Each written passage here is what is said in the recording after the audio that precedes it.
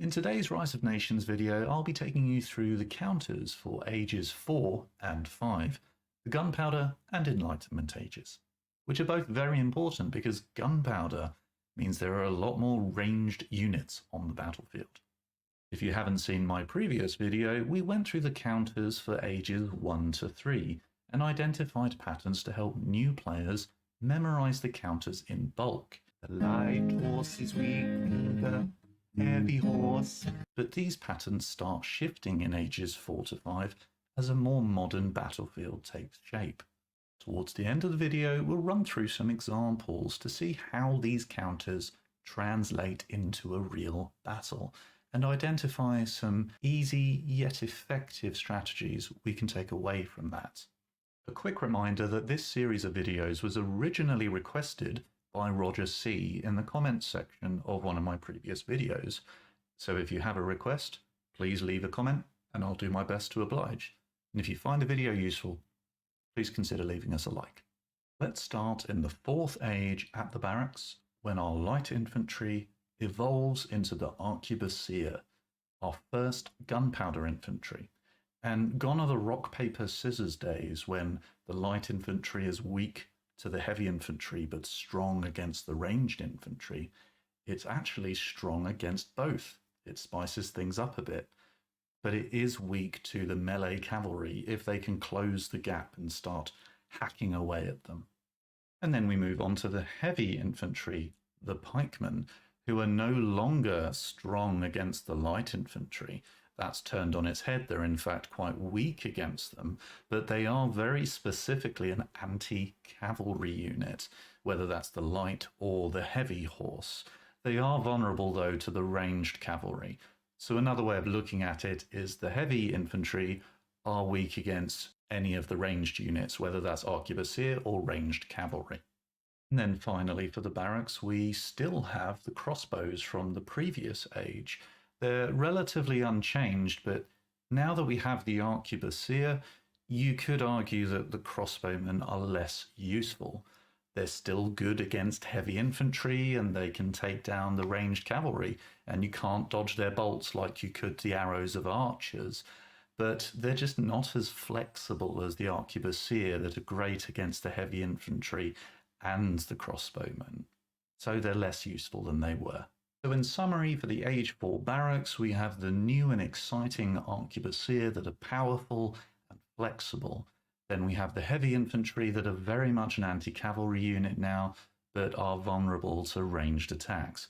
And finally, we have the crossbowmen that, as far as I can tell, are a poor man's arquebusier, but I'd be very interested to hear other people's thoughts on that one. Now let's move on to the 4th age at the stables, which is a much more settled picture than the barracks. You have your light cavalry and your heavy cavalry. They're both effective against infantry, except for the heavy pikemen who have those long pointy sticks. Avoid those and your cavalry will serve you well against infantry still. And then of course the light cavalry fighting the heavy cavalry are simply more powerful. But then we move on to the ranged cavalry, the dragoon in the 4th age, and they're actually the exception to the rule because they are powerful against the pikemen. They can shoot at them at range, and they're also, if well managed, quite annoying against pretty much anything. But the light cavalry are fast enough to close the gap with the dragoon and hack them to pieces.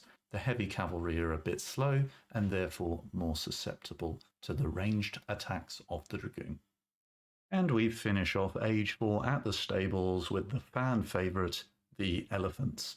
And a big thank you goes out to H. Loppy, who commented on my previous video to explain that elephants are, well, broken. This does depend on which version of the game you're playing, and I'm conscious that this video is for beginners. So let's just say that elephants are really strong, more so probably than they were intended to be, but they're not actually particularly strong against the heavy infantry, as I implied in my previous video. That was wrong.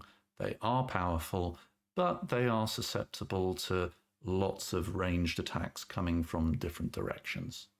Now that's it for the barracks and the stables, which is the vast majority of the military units in Age 4. So we can move on to the siege factory, which is really quick and easy. We have the bombard, fantastic against buildings, but if any unit looks at it, it's basically going to fall apart. And then we have the supply wagon. It can't attack anything, and it's just going to fall apart as well. It's weak to everything. And now we can finish off Age 4 with the docks. And considering the barracks and the stables have changed a fair bit, it's quite nice that the docks are exactly the same as they were before. The light ships are weak against heavy ships, the heavy ships are weak against the fire ships, and the fire ships are weak against the light ships. And then you do have a bombard vessel, which is good for taking out buildings and weak to everything else. So nice and simple, copy and paste from the previous age. The Gunpowder Age saw our first real steps away from the traditional rock, paper, scissors approach of the first 3 ages. And as we venture into the 5th age, I'm afraid the change does continue. As we unlock new technologies, we have a more futuristic battlefield that's filled with smoke as we have more and more muskets. You know how this goes? Let's get into the barracks.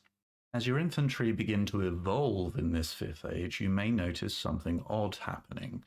You've only got 2 infantry to choose from, ignoring the scout. So what's happened to the 3rd one? Let me explain. Your arquebusier and your crossbowman both evolve into the musketeer. And then your pikemen evolve into the fusilier.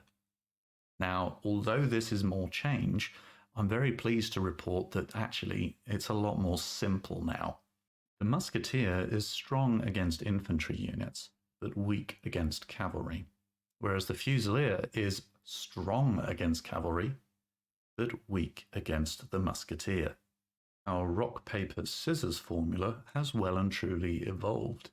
If anything, the tricky part is telling the difference between these 2 musket units on the field, because they do look quite similar to the untrained eye.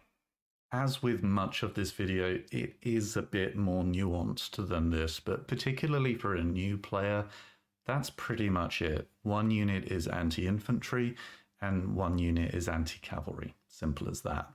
At the stables, I'm pleased to say there's a lot less disruption. In the 5th age, the stables is essentially the same as the 4th, so let's have a quick recap. The light cavalry are great against the musketeers, but are still weak against the heavy fusiliers. Equally, the heavy cavalry are also good against the musketeers and weak against the fusiliers. But the heavy cavalry has the strength advantage over the light cavalry, but is susceptible to the ranged cavalry. And then we have the elephants.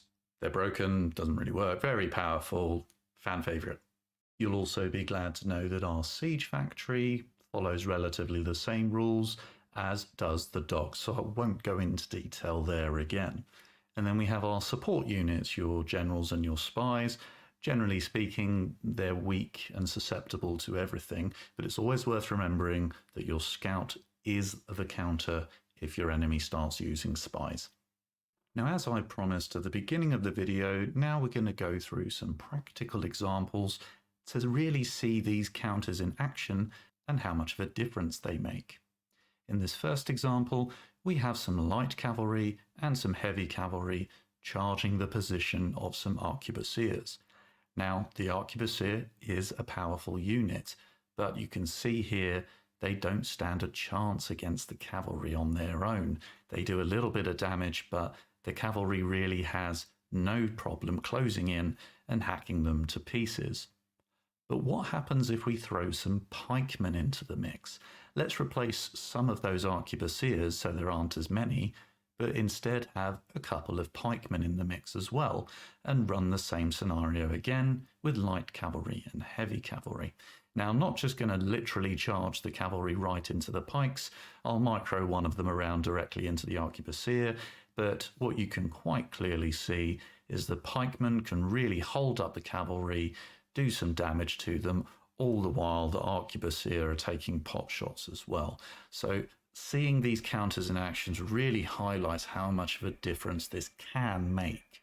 Next up, we're going to be having a look at our fan favourite, the elephant, and we'll see it having a bit of a battle one-on-one with a few different types of units.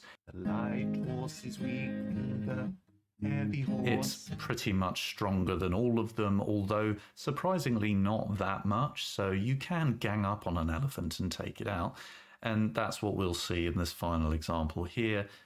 An elephant just can't handle being outnumbered from different directions. With ranged units, they're really going to be cutting it to pieces, even if it does manage to decimate some of them. And in this final example, I wanted to highlight the difference between the musketeers and the fusiliers of the 5th Enlightenment Age.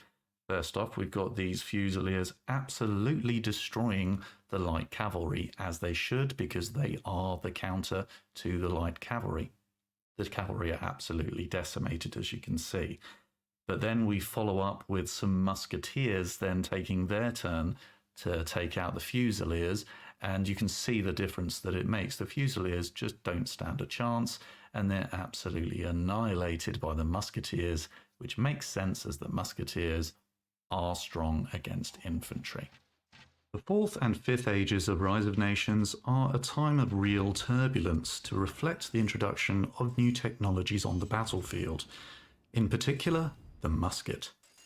The barracks and stables have moved away from this rock, paper, scissors approach to a far more interconnected and complex set of relationships, though thankfully the siege factory and dock remain largely unaffected.